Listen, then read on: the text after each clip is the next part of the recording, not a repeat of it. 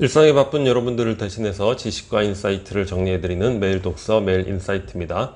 오늘은 비즈니스 100권 6번째 시간 행동과 심리 편입니다. 책 제목과 주요 개념만이라도 익혀두신다면 큰 도움이 되지 않을까 그런 생각이 듭니다.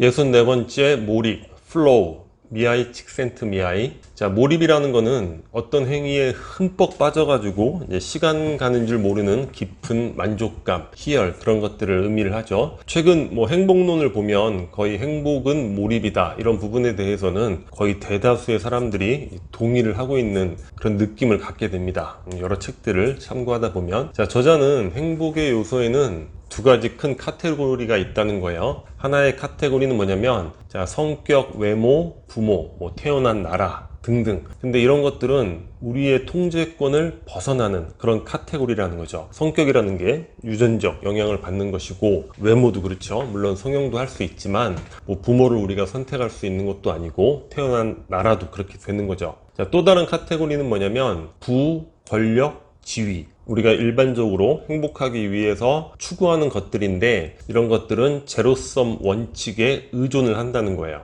그게 무슨 얘기냐면, 부라는 게 절대적 부는 없잖아요. 우리가 절대적 관점에서 부를 생각하면 우리는 지금 이 시대에 살아가는 것만으로도 다들 너무너무 행복해 해야 된다는 거예요. 과거 50년, 100년, 200년, 300년 전을 생각하면 밥 한 끼 먹는 것 그조차도 힘든 일이 되는 거죠. 먹어봐야 맛도 밋밋하고 좋은 음식도 아니었던 것이고, 냉장고가 있었던 것도 아니고. 하지만 우리가 풍요와 풍족을 누리고 있어도 부라는 것은 상대적이니까 제로섬 게임이 되는 거죠. 권력도 마찬가지고 지위도 마찬가지고. 그리고 이러한 부분들, 부, 권력, 지위는 실제 행복에 끼치는 영향력이 8%에서 15% 정도밖에는 안 된다고 합니다. 그래서 우리의 통제권을 벗어난, 여기서 행복을 추구할 수도 없는 것이고, 이거 추구해 봐야 계속 밑빠진 독에 물 붓기, 제로섬 게임이 되는 이런 것들로 행복을 추구해서는 안 될 것이고. 자, 그러면 도대체 무엇으로 추구한단 말인가? 저자는 스스로 자신의 운명의 주인이 된 듯한 느낌, 그런 것들을 통해서 행복을 추구해야 하는데, 최적 경험이라는 그런 표현을 쓰고 있어요. 바로 그게 몰입이라고 이야기를 하고 있습니다. 내가 좋아하고 잘하는 일에 흠뻑 빠져 있을 때, 그럴 때 시간도 정지한 것 같고 최고의 충만함과 행복감을 느끼게 된다는 것이죠. 몰입이라고 해서 컴퓨터 게임하면서 몰입하고 끝이 허탈하고 허무하고 이런 것들이 아니라, 자, 내가 가지는 역량 그리고 도전, 이런 게 조화를 이루면서 최적 경험을 하는 것이고, 그 결과가 자아의 성장을 이끌 때 그것이 이제 진정한 의미에서 몰입이 된다는 거죠. 나의 기술 수준, 이런 것들을 도전을 통해서 계속 발전시켜 나가면서 자아의 성장을 이뤄가는 그런 몰입, 그런 것이 바로 미치도록 행복한 나를 만나는 길이다, 이렇게 이야기를 하고 있습니다. 55번째 생각의 탄생, 로버트 미셸 루트번스타인. 책의 내용은 여러가지 위인이나 천재들이 어떻게 그런 생각을 만들어내고 그러한 발상을 발전시켜 나갔는가, 그런 부분에 대해서 일종의 이제 정리를 해주고 있는 그런 책이라고 할 수 있죠. 첫 번째가 관찰, 잘 관찰함으로 인해서, 우리 관찰의 힘이라는 책 따로 또 살펴봤잖아요. 2번이 형상화인데, 이 부분 상당히 중요한 내용이죠. 이미지화를 한다는 거예요. 우리가 운동을 하던 뭘 하던 이미지 트레이닝을 통해서 또 성장을 이끌어내는 경우 굉장히 많잖아요. 그러니까 생각을 발전시키는 데 있어서도 형상화, 이미지화 굉장히 중요한 도구가 되고, 세 번째는 추상화인데 단순화 또는 언어화라고 할 수 있죠. 언어라는 게 추상이잖아요. 그러니까 어떠한 개념에 대해서 우리가 한 문장으로 그 개념을 추상화할 수 있는, 뭔가 이런 게 또 궁극적인 한방이 될 수 있지 않을까. 4번, 5번은 이제 패턴에 관련된 겁니다. 프랙탈 구조라는 이야기도 많이 나오고, 천재들은 패턴을 빠르게 인식하는 능력, 그리고 패턴을 적용하는 능력, 그런 것들이 뛰어나다고 이야기를 하고 있잖아요. 6번째는 유추, 일종의 연결이죠. 뉴턴이 사과가 떨어지니까, 아니 그러면 달도 지구가 당기는 거 아닐까? 이러한 유추를 통해서 만유인력을 발견하고, 우리 찍찍이 있잖아요. 옷 입을 때 그 찍찍이가 독고마리 열매 거기서 유출을 해서 만든 발명품이라고 합니다. 그러니까 자연의 비유 이런 것들을 통해서 뭐 인간의 발명품들 뭐 굉장히 많잖아요. 일곱 번째가 몸으로 생각하기인데 최근에는 뇌 과학이 발달해서 몸으로 생각하기가 아니라 우리 뇌의 회로에 미엘린이라는 일종의 전선에 대한 비유하고 똑같아요. 전선에 전기가 잘 통하려면 피복을 씌우잖아요. 그런 것처럼 어떤 동작이나 행동을 반복 연습을 하면 미엘린이 감싸게 된다는 거죠. 그러면 그 이후부터는 의식을 안 하고 의도를 하지 않아도 그 행위들을 잘 할 수 있게 된다는 거예요. 뭐 자전거라든가 운전을 한다거나 뭐 피아노를 친다거나 이런 것들. 여덟 번째, 뭐 감정이입, 차원적 사고, 모형 만들기, 놀이, 변형, 통합 등등이 소개되고 있습니다. 56번째, 넛지, 리처드 탈러, 캐스 선스타인. 넛지는 그 행동 경제학의 고전과 같은 그런 책이잖아요. 우리 고전 경제학, 인간을 합리적 존재라고 설정을 하고 경제 이론을 펼쳐나가는데 행동 경제학은 이제 그런 거 없다는 거죠. 합리성보다는 뭐 즉흥적이라든가 비합리적인 이런 경향들이 많다는 거예요. 여러 가지 실험을 통해서 그런 것들을 많이 보여주고 있죠. 이 책에서도 뭐 그런 부분들 나오고 있어요. 우리의 뭐 타성이라든가 핸드폰 기본 벨이 세팅이 되면 남들하고 똑같은 벨소리 싫으면서도 잘 안 바꾼대요. 타성에 젖어서. 그리고 음식을 고를 때도 우리가 선호도에 따라 고르는 게 아니라 자, 예를 들어서 뷔페가 있다. 음식의 순서만 바꿔놔도 어떤 음식을 25% 이상 더 많이 가져가게 할 수 있다는 거죠. 또 자기 통제의 뭐 결여라든가 우리가 감정적, 충동적 이런 소비들 많이 하잖아요. 그리고 내면적 타자의 압력 뭐냐? 주변의 시선을 실제 주변의 시선이 존재하지 않는다고 해도 내면적으로 그 주변의 시선을 압력으로 받아들여서 뭐 행동하는 것들 여러 가지가 나오는데 이 책에서 우리가 중요하게 생각해 봐야 될 거는 뭐 이런 부분보다는 자, 넛지라는 개념일 것 같아요. 넛지는 옆구리를 이렇게 툭툭 찌르는 이런 것들을 의미하는데 자, 우리 인간의 행동이 뭐 타성, 자기 통제, 결여, 뭐 내면적 타자의 압력, 기타 등등 비합리적이고 감정적이고 충동적이니까 이런 것들에 우리가 어느 정도 개입을 할 필요가 있다는 거예요. 그러니까 넛지라는 거는 선택을 설계한다는 거죠. 사람들의 선택을 설계한다는 건데 자, 자유주의적 개입주의 뭐 이런 개념을 쓰고 있는데 쉽게 얘기하면 뭐냐면 자, 우리 자녀가 있어요. 자녀한테 자, 정크푸드 좋지 않으니까 먹지 마. 이런 게 아니라 강압을 한다는 게 아니라 자, 건강에 좋은 뭐 샐러드, 과일 이런 것들을 눈에 잘 띄는 곳에 둔다거나 또는 식사 때마다 슬쩍 제공을 해본다거나 한 번이라도 언젠가는 집어먹을 수 있게 책 읽어야 돼 이렇게 명령하는 게 아니라 책을 곳곳에 한 번씩 두어 본다거나 아이 앞에서 또 책 읽는 모습을 보여준다거나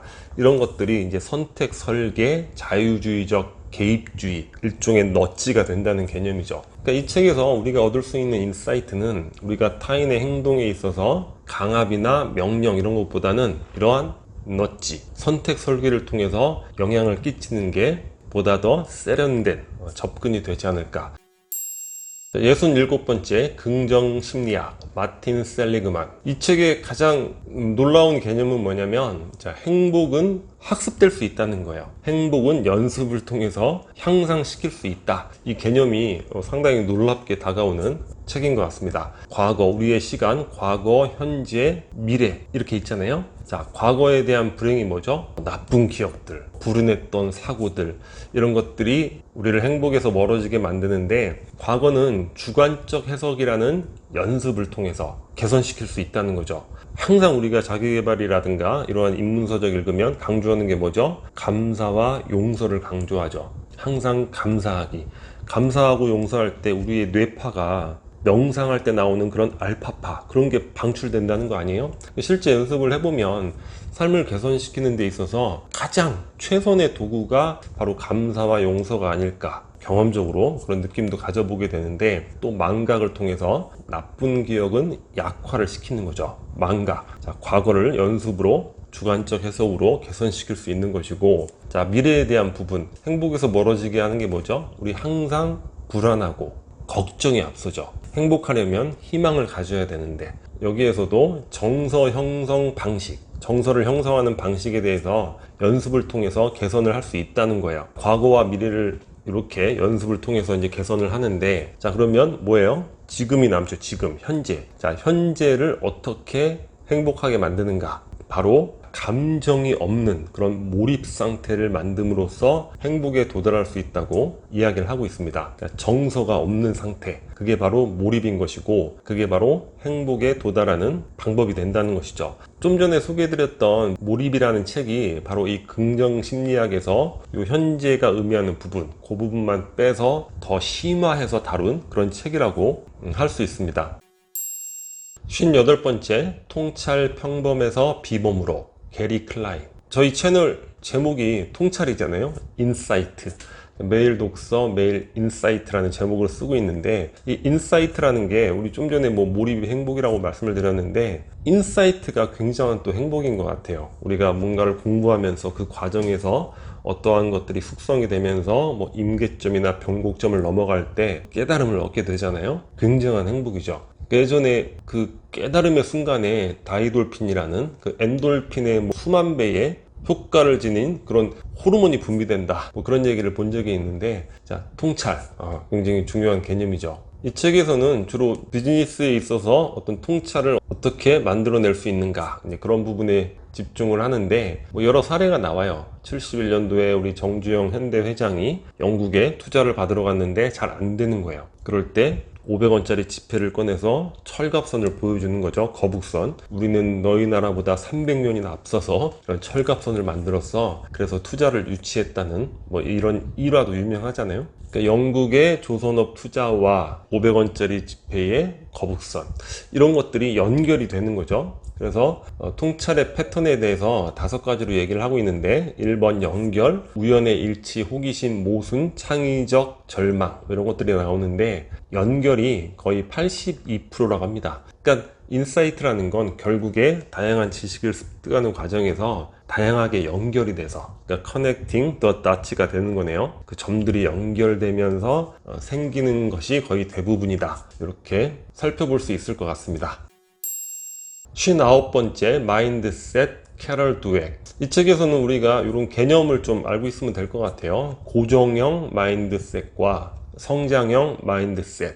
뭐 딱 봐도 우리 쉽게 느껴지죠. 고정형, 고정적인 거죠. 어떤 재능이 있어서 잘 됐을 것이야. 난 재능이 없으면 뭐 안 되는 거야. 고정형 마인드셋을 갖고 있으면 남들의 평판에 신경을 쓰고 실패 자체를 용인하지 않는 거예요. 그러니까 도전을 안 하죠. 왜냐? 도전했다가 실패하면 망신이 되는 거니까. 그리고 리더 역할을 한다 하더라도 거대한 그 에고, 자기 자신에 대한 지나친 나르시시즘, 그런 것들이 있기 때문에 팀 리더 역할 잘 못하고 팀 플레이도 관심이 없고 성장이 없고 발전이 없는 그런 사고방식을 고정형 마인드셋이라고 할 수 있고, 성장형 마인드셋은 모든 것들을 이제 성장을 위한 출발점일 뿐이다, 이렇게 생각을 하는 거죠. 노력하면 개선할 수 있다. 어떤 도전은 뭐예요? 발전의 기회고, 실패는 뭐죠? 성공의 필수 불가결한 자산이 되는 것이다. 그리고 실패를 해도 회복 탄력성, 이런 것들이 탁월하게 되는 거죠. 근데 우리가 가만히 일상을 살아보면 많은 일반인들의 사고방식이 거의 대부분이 고정형 마인드셋이에요. 언어 자체가 그렇게 돼 있어요. 얘는 뭐 타고난 미남이야, 뭐 머리가 넌 좋은데 왜 공부를 안 하니, 뭔가 고정적인 것들이 존재한다고 생각을 하는 것이죠. 근데 이거는 지금 시대하고는 너무 맞지 않은 거죠. 뭐 조선시대 같은 신분 사회였다면 뭐 고정형 마인드셋, 뭐 그런 것들이 필요했겠죠. 오히려 어떤 사회를 잘 살아가려면. 지금은 이제 성과주의, 자유로운 도전과 활동, 뭐 그런 것들의 시대잖아요. 성장형 마인드셋이 필요하다. 그런 것들이 인생의 모든 것을 결정짓는 가장 핵심적인 요소다, 이렇게 강조를 하고 있습니다. 70번째, 생각에 관한 생각, 데니얼 카너먼. 이 책은 제 개인적인 생각으로는 과거 인류 역사에서 프로이드가 했던 그런 역할만큼 지금 인류에게 있어서 그런 획기적인 역할을 하는 그런 책이 아닐까, 그런 생각을 해봅니다. 그러니까 우리 인간의 인지에 대해서 뭐 의심하는 그런 경향은 별로 없었던 것 같아요. 근데 우리 인지의 형식에 있어서 얼마나 많은 오류가 존재하는가, 그런 부분에 대해서 방대한 지식과 날카로운 그런 통찰을 제공하고 있는 그런 책이죠. 그래서 심리학자임에도 불구하고 노벨 경제학상을 이분이 받았잖아요. 근데 이 책의 내용들은 너무나 많은 책들에 인용이 돼가지고 이 개념들 우리가 한 번씩 들어봤을 텐데, 우리 뭐 확증 편향 뭐 이런 거 굉장히 많이 들어봤잖아요. 그러니까 내가 믿는 것, 어떠한 정보가 주어지면 거기에 부합되는 것만 받아들이고 부합되지 않는 것은 거짓이라고 물리치는 뭐 이런 경향들, 사후 확증 편향, 어떤 것들이 결론이 딱 나게 되면 그봐 내가 그럴 줄 알았어, 옛날부터 다 알고 있었어, 이러한 경향들. 편향이라는 게 이제 치우치는 경향, 뭐 이렇게 이해를 하시면 될 것 같아요. 우리말로는 쉽게 막 느낌이 오지 않는 그런 어휘인 것 같아요. 편향이라는 게 치우친 경향성, 뭐 이렇게 이해를 하면 쉬울 것 같습니다. 인간의 직관적 사고가 시스템 1 사고라고 하고, 이성적 사고가 시스템 2 사고라고 명명을 하고 있는데, 상호 같이 협력을 해서 문제를 해결하고 있는데, 그 과정에서 오히려 뭐 나쁜 결과가 나오는 이런 경우들, 굉장히 다양한 사례들을 소개하고 있죠. 꼭 비즈니스뿐만 아니라 뭐 우리 사회의 여러 현상들을 이해하는 데 있어서, 그리고 하나의 인간인 또 나를 이해하는 데 있어서도 굉장한 도움이 되는 그런 책이 아닐까 싶습니다.